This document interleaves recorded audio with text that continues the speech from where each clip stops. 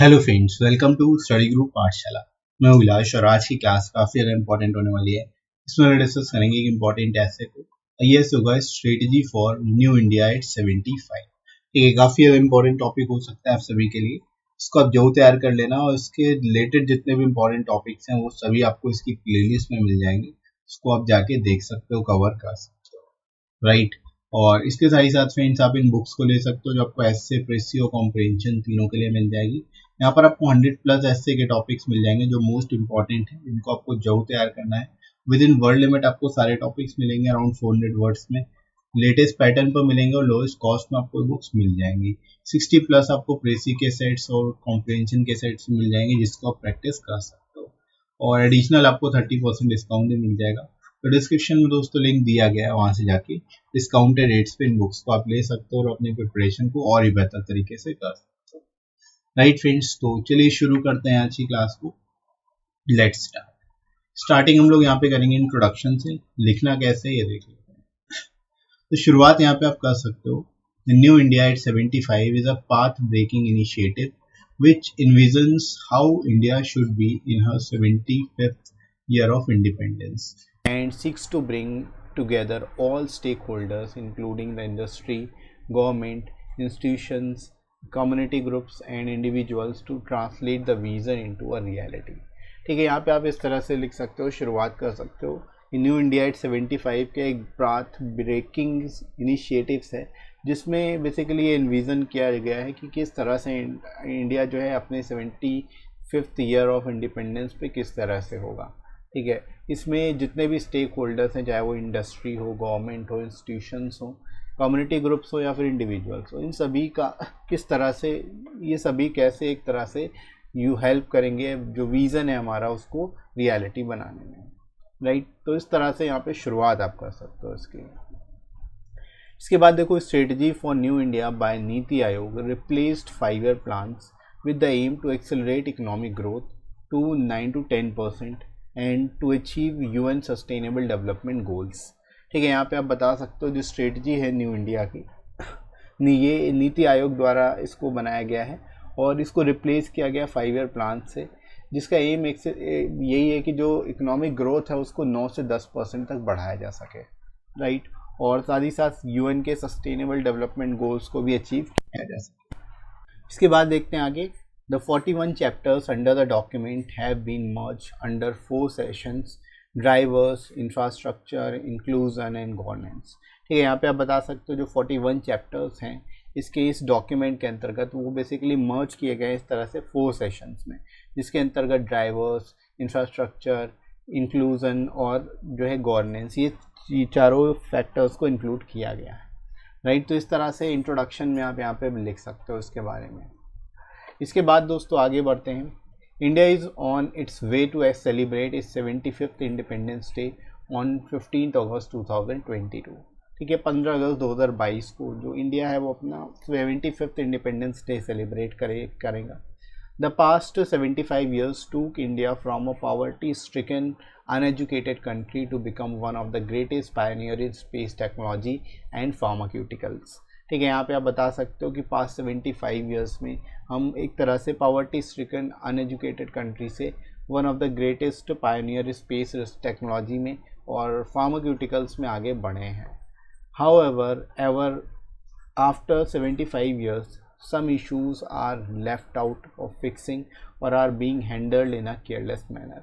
हालांकि अभी भी 75 ईयर्स के बाद भी अभी भी कुछ इश्यूज ऐसे हैं जो कि अभी भी पूरी तरह से फिक्स नहीं हो पाए हैं और जिनको सही से मैनेज नहीं किया गया है।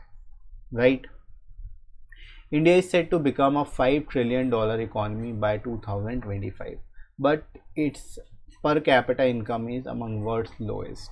ठीक है, यहाँ पे आप कह सकते हो कि इंडिया जो है एक तरह से $5 ट्रिलियन इकोनॉमी होने जा रही है 2025 तक, लेकिन यहाँ की जो पर कैपिटा इनकम है वो काफ़ी कम है वो काफ़ी ज़्यादा लो है। Right, half of the population is working in agriculture and allied activities but the income of farmers is extremely low to a point that they are forced to commit suicides. ठीक है, यहाँ पे जो है आप बता सकते हो कि करीब हाफ ऑफ द पॉपुलेशन जो है एग्रीकल्चर और अलाइड एक्टिविटीज़ में ही इन्वॉल्व है और एक तरह से जो इनकम है फार्मर्स की वो इतनी ज़्यादा लो है कि कुछ टाइम पे तो उनको सुसाइड भी कमिट करना पड़ जाता है, इतना ज़्यादा उनके ऊपर कर्ज वगैरह हो जाता है, लोन का हो जाता है। तो इस तरह से देखा जाए तो यहाँ पे सिचुएशन काफ़ी ज़्यादा ख़राब है, काफ़ी ज़्यादा गड़बड़ है, right. India is third largest economy in the world but its tax to GDP ratio is just half of the OECD countries. ठीक है, यहाँ पे आप बता सकते हो इसके अलावा कि इंडिया जो है थर्ड लार्जेस्ट इकोनॉमी है पूरे विश्व में, लेकिन जो टैक्स टू जीडीपी रेशियो है वो भी काफ़ी ज़्यादा कम है, right. In addition to that infrastructure will play a huge role, infrastructure का भी काफ़ी अहम रोल होता है। We are in dire need of private railways buses with IT enable services to make our country a truly digital India. ठीक है, यानी कि यहाँ पे आप कह सकते हो कि हम एक तरह की डायर नीड पे हो कि हमें प्राइवेट रेलवेज बसेस जिसमें IT इनेबल सर्विसेज हो, एक तरह से हमारी कंट्री को डिजिटल बनाने के लिए सारी चीज़ों की काफ़ी ज़्यादा ज़रूरत है, राइट। और प्राइवेट सेक्टर का काफ़ी अहम रोल हो सकता है यहाँ पे।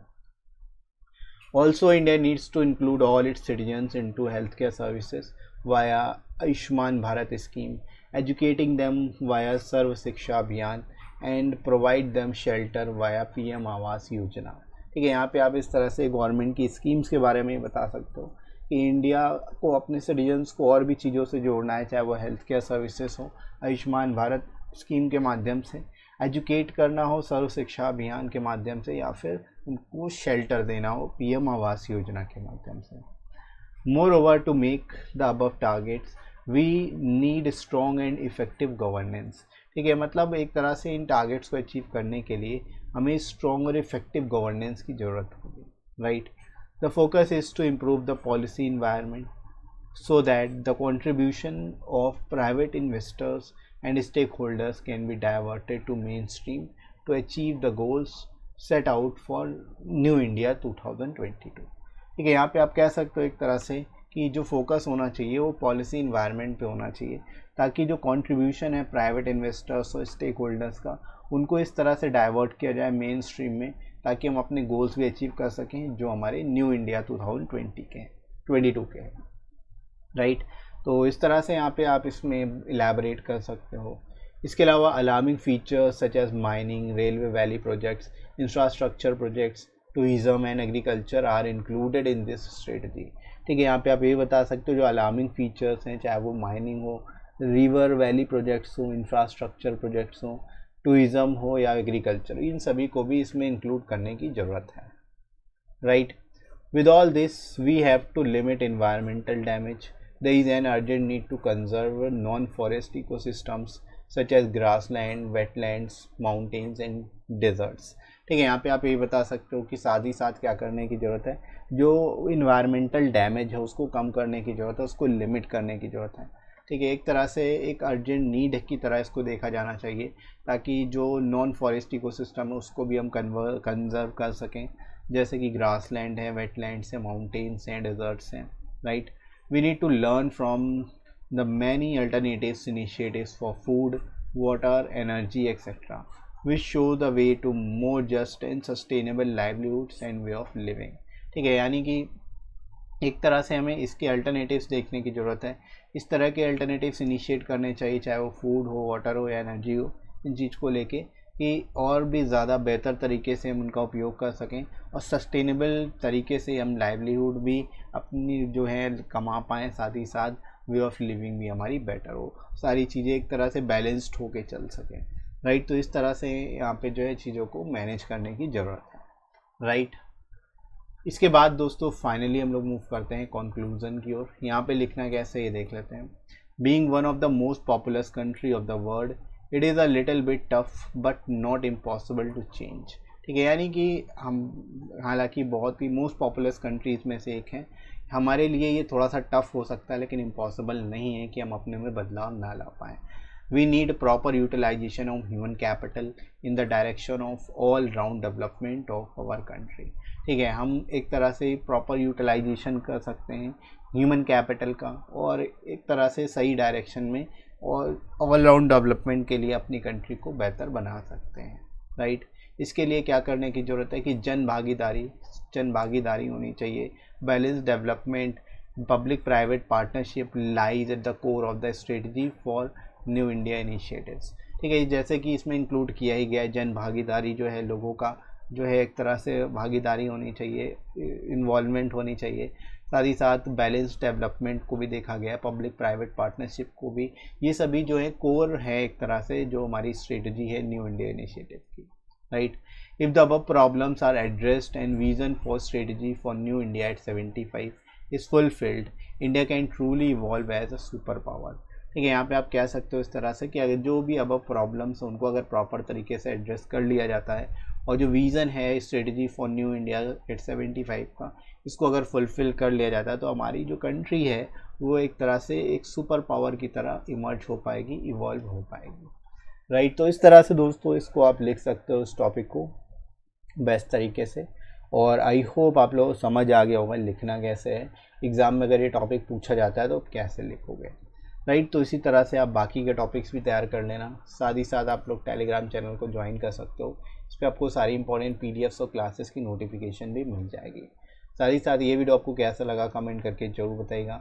वीडियो हेल्पफुल लगा हो तो लाइक करिएगा, इस वीडियो को शेयर करिएगा अपने सभी दोस्तों में और सब्सक्राइब कर लीजिए चैनल को अगर आप में से कोई नया है तो, राइट फ्रेंड्स। तो अभी के लिए इतना ही, नेक्स्ट मिलते हैं अगली क्लास में। Thanks for watching.